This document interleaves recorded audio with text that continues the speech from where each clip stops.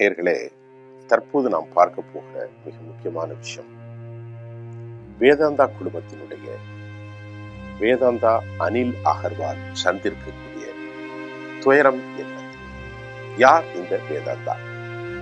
தமிழ்நாட்டில் அனைவரும் அறிந்திருக்கக்கூடிய ஸ்டெர்லைட் ஆலை, இந்தியாவில் மிகப்பெரிய காப்பர் உற்பத்தி ஃபேக்டரியான தூத்துக்குடியில் இருக்கும் ஸ்டெர்லைட் ஆலையின் சர்வதேச கார்ப்பரேட் தொழிலதிபர் வேதாந்தா அனில் அகர்வால். அவருக்கு என்ன நேர்ந்தது? இத்தனை பெரிய செல்வந்தர் மத்திய மோடி அரசோடு இணக்கமான போக்கை மட்டுமல்ல, அவர்களின் செல்ல பிள்ளையாகவே அவர் இருந்தார். உலகம் முழுவதும் தொழிற்சாலைகள், குஜராத் பகுதியில் சார்ந்த அகர்வால் உலகம் முழுவதும் இந்தியாவில் பல பகுதிகளிலும் அவருடைய இந்த வேதாந்தா குழுமம் பல்லாயிரக்கணக்கான கோடிகளை முதலீடாக செய்திருக்கிறார். ஆனால் அவர் இப்பொழுது திடீரென எனக்கு சொத்து ஏதும் வேண்டாம், மக்களுக்கு தரப்போகிறேன் என்று அறிவித்திருக்கிறார். இந்த அறிவிப்பின் பின்னணி என்ன என்பதை பார்ப்போம். ஸ்டெர்லைட் ஆலையின் மூலம் மக்கள் போராட்ட குழுவில் 13 பேர் கொல்லப்பட்டு விட்டார்கள். எடப்பாடி பழனிசாமியுடைய ஆட்சி இருந்தது. அப்பாவிகள் வேடிக்கை பார்த்த 13 வயது பிள்ளை வரைக்கும் திருமணமான இளம் மாப்பிள்ளை பெண்களும் அப்பாவிகளும் தாங்கள் எதற்காக மரணிக்கிறோம் என்பது தெரியாமல் அவர்கள் மரணித்து போனார்கள். நாட்டின் மிக முக்கிய தொழில் குழுமங்களில் ஒன்றான வேதாந்தா அவற்றுக்கு ஆதரவு கொடுக்க வேண்டும் என மத்திய பாரதிய ஜனதா அழுத்தம் கொடுத்தாலும் மக்கள் போராட்ட குழு அது கதவடைப்பு செய்யப்பட்டு இனி எப்போதும் திறக்கப்படாது என மாநில அரசால் அறிவிக்கப்பட்டது. இப்படிப்பட்ட உலக தொழிலதிபர் கார்ப்பரேட்டுகளின் முதலாளியான அனில் அகர்வால் இனி எனக்கு எதுவுமே வேண்டாம் என்று அவர் குறிப்பிட்டதன் காரணம் என்ன பார்ப்போம்.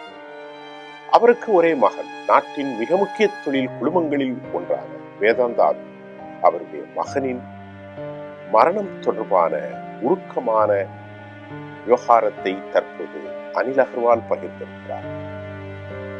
அவர் என்ன சொல்கிறார் என்று பார்ப்போம்.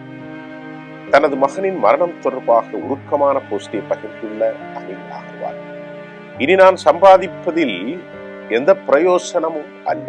எனது சம்பாதியத்தில் 75% இனி நாம் ஈட்டுகிற அந்த பணத்தை முழுவதுமாக சமூக செயல்பாடுகளில், சேவைகளில் செலவிடப் போவதாக கண்ணீரோடு அனில் அகர்வால் அறிவித்திருக்கிறார்.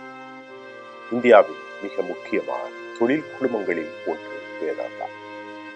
அவர்தான் இப்படி அறிவித்திருப்பதன் காரணம் என்ன? அவருடைய நிறுவனம் காப்பர், அலுமினியம், ஜிங்க், இரும்பு, அயன் போன்ற கனிமங்களை உற்பத்தி செய்து பிரிப்பதில் முக்கிய கம்பெனி. அது சர்வதேச அளவில் அந்த கம்பெனி இயங்குகின்றது. தூத்துக்குடியில இயங்கி வந்த ஸ்டெர்லைட் காப்பர் கூட இந்த நிறுவனம் தான். இவருடைய ஒரே மகன் வேதாந்தா குழுமத்தின் தலைவரான அனில் அகர்வாலின் மகன். அவருடைய மகன் பெயர் அக்னிவேஷ். அவருடைய வயதோ 49. எப்படி அவர் திடீரென்று காலமானார்? இவ்வளவு பெரிய துயரத்தை, அவருடைய அந்த புத்திர மரணம், புத்திர சோகம் இந்த அளவிற்கு ஒரு தந்தையை மாற்றி, நான் சம்பாதிக்கும் என் சொத்தில் 75% முழுமையாக ஏழைகளுக்கு கொடுக்க போகிறேன். இந்த செய்தியில் அவருடைய மகன் அக்னிவேஷ் அகர்வால் 49 வயதின் மரணம்தான். அமெரிக்காவில் இருந்து கொண்டிருந்தவர். அமெரிக்காவில் பனிச்சறுக்கு செய்து கொண்டிருந்த போது ஒரு விபத்தில் சிக்கிய அக்னிவேஷ் அகர்வால் மவுண்ட் சினாய் மருத்துவமனையிலே சிகிச்சை பெற்று வந்தார். அந்த சிகிச்சையின் போது திடீரென அவருக்கு மாரடைப்பு ஏற்பட்டது. ஆனால் அந்த சிகிச்சைக்கும் மாரடைப்புக்கும் எந்த சம்பந்தமும் இல்லை.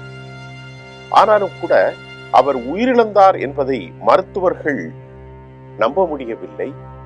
ஆகவே அமெரிக்காவினுடைய மவுண்ட் சினாய் மருத்துவமனை வெளியாகிய அறிக்கையில் மாசிவ் ஹார்ட் அட்டாக், எதிர்பாராத திடீர் மாரடைப்பே இந்த மரணத்திற்கு காரணம் என அதை உறுதி செய்தது. தனது மகனின் இழப்பின் கேட்ட அகர்வால் உடைந்து போனார். உலகமே அவருக்கு ஒரு நிமிடம் இருண்டு போய்விட்டது. அழுதார், அழுந்து புலம்பினார்.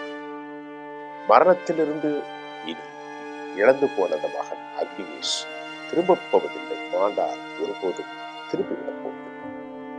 தனது மகனின் இழப்பை வாழ்வின் இருண்ட நாள் என உடனடியாக தன் எக்ஸ் தளத்தில் அகழ்வால் பதிவிட்டுள்ளார்.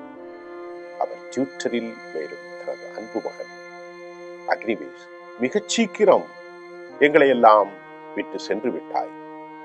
அவனுக்கு வயது 49 தான் ஆகும். அவன் ஆரோக்கியம், அவனது உற்சாகம், அவனது கனவுகள் நிறைந்தவனாக இருந்தார். அமெரிக்காவில் பனிச்சறுக்கு விபத்துக்கு பின்பு கூட அவன் சீராகவே அவனது உடல்நிலை நல்ல நிலையில் முன்னேறி வந்தது. ஆனால் விதி வேறு மாதிரி விளையாடிவிட்டது. அவன் தனது தாயின் ஒளி, அவன் ஒரு நல்ல சகோதரன், நம்பிக்கைக்குரிய நண்பன், சந்திக்கும் அனைவரையும் கவர்ந்திருக்கும் மென்மையான ஆன்மா என் மகன் என தந்தை வேதாந்தா கதறுகிறார். கதறி அவன் எக்ஸ்தலத்தில் பதிவு செய்திருக்கிறார். என் மகன் மிகச்சிறந்த ஒளி, தாயின் ஒளி. அவன் ஒரு நல்ல சகோதரனாக எனக்கு இருந்தார், நம்பிக்கைக்குரிய நண்பனாக இருந்தார், சந்திக்கும் அனைவரையும் மென்மையாக கவரக்கூடிய ஒரு சிறந்த ஆன்மா என அவர் குழம்பி தீர்த்து விட்டார். எனவே இனி எஞ்சிய காலங்களில் அவன் வாழ்ந்த காலங்கள் என் வாழ்க்கையில் மறக்காதின வேதந்தா கதறுகிறார், துடிக்கின்றார். என் மகன் எளிமையாகவும் அன்பும் மனிதநேயம் மிக்கவனாக இருந்தான். அவன் என் மகன் மட்டுமல்ல, அவன் எனது நண்பன், என் பெருமை, என் உலகம். இனி நான் சம்பாதிப்பதில் 75% மேல் சமூகத்திற்கு தருவதாக நான் அக்னியிடம் ஏற்கனவே உறுதி அளித்திருந்த இந்த பிள்ளையிடம் அந்த வாக்குறுதியை என்று மீண்டும் சொல்கிறேன். இனி நான் எளிமையாக வாழ்க்கையை முடிவு செய்து விட்டேன். அப்பப்பா, இதுதானா உலகம்? சம்பாதிப்பதில் அனைத்தையும் 75% மேல் நிச்சயமாக இனி சமூக சேவைக்கே பாடுபடுவேன். ஆடம்பர வாழ்க்கை, மாட மாளிகை, கோட கோபுரங்கள் எல்லாவற்றையும் திறந்து நான் எளிமையான ஒரு வாழ்க்கைக்கு செல்ல போகிறேன். உலக பணக்காரர் இவர்தான், அனில் அகர்வால். இவரை இந்தியாவில் தமிழ்நாட்டில் ஒரு பெரும் வில்லனாக சித்தரிக்கப்பட்டார்.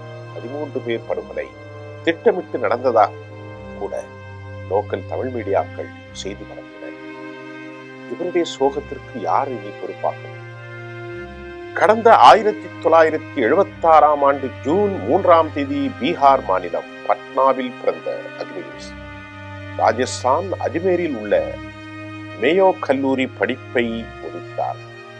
கல்லூரிக்கு பிறகு ஃபியூஜரா கோல்ட் நிறுவனத்தை ஆரம்பித்த அக்னிவேஷ் சில காலம் அதை நடத்தியும் வந்தார். பின்னர் இந்துஸ்தான் ஜிங் மற்றும் வேதாந்தாவின் துணை நிறுவனமான தல்வண்டி சாஃபே பவர் லிமிடெடின் தலைவராக பொறுப்பேற்றார். அக்னிவேஷின் மறைவுக்கு இந்திய பிரதமர் திரு நரேந்திர மோடி அவர்கள் இரங்கல் தெரிவித்திருக்கிறார். பிரதமர் தனது ட்விட்டரில் அக்னிவேஷ் அகர்வாலின் எதிர்பாராத மறைவு மிகுந்த அதிர்ச்சியையும் மனவேதனையும் தமக்கு அளிக்கிறது என்று, இதை இக்கட்டான நேரத்தில் நீங்களும் உங்கள் குடும்பத்தினரும் தொடர்ந்து மனவலியையும் மன தைரியத்தையும் பெற்று பூரணமாக வாழ நான் பிரார்த்திக்கிறேன். ஓம் சாந்தி என இந்திய பிரதமர் நரேந்திர தாமோதர தாஸ் மோடி அவர்கள் தன் கருத்தில் பதிவு செய்திருக்கிறார். தோழர்களே, புத்திர சோகம் எத்தனை வருவார், இவ்வளவுக்கு பின்பும் நாம் அவரை எந்த விதத்திலும் ஒரு தொழிலதிபருக்குள்ள அந்த யுக்தியை நாம் குறை சொல்ல முடியாது. உற்பத்திகளால் ஏற்பட்டுகிற காற்று மாசின் மூலம் தூத்துக்குடி பகுதியில் பலர் மரணிக்கிறார்கள், புற்றுநோய்கள் பரவி கொண்டிருக்கிறது என மக்கள் போராடக்குழு வைத்தார். அதையெல்லாம் அவர்கள் கேட்டுக்கொள்ள மறுத்துவிட்டார்கள். 13 பேர் கொல்லப்பட்டார்கள். ஆனால் இன்று வேதாந்தா அகர்வால் தன் மகனை இழந்து இனி எனக்கு இருக்கிற செல்வமோ இந்த உலகில் எந்த பயனையும் தராது. மகனே, நான் உன்னிடத்தில் கொடுத்த வாக்கை நிறைவேற்றப் போகிறேன். எனது சொத்துக்களில் 75 விழுக்காடை ஏழைகள், அபரைகள், கல்வியற்றோர், கண்ணற்றோர், பார்வையற்றோர் இல்லாதவர்களின் சமூக சேவையாக கொடுத்து நான் எனது வயிற்றை கழுவி ஒரு சிறு குடிலில் எளிமையான மனிதனாக வாழ்ந்து மரணிக்கப் போகிறேன்.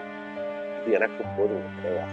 எனக்கு சிறந்த ஆன்மா, என் தாயின் ஒளி, என் நண்பன், மென்மையான மகனை சென்று வேதாந்தா உலகத்தின் மிகப்பெரிய சாம்ராஜ்யம், மிகப்பெரும் அதிகாரம், எத்தனை பெரிய மனிதராக இருந்தாலும் மரணம் அவனை சுருக்கி போட்டு அவன் உள்ளங்களை கருகச் செய்து அவன் எல்லாம் இருந்தும் ஏதும் இல்லாத மனிதனாக மாறியிருக்கிறார் என்பது நமக்கும் வருத்தம் தரக்கூடிய செய்தி. வேதாந்தா உள்ளத்தை இறைவன் பலப்படுத்த என்று நாம் பிரார்த்திக்கிறோம்.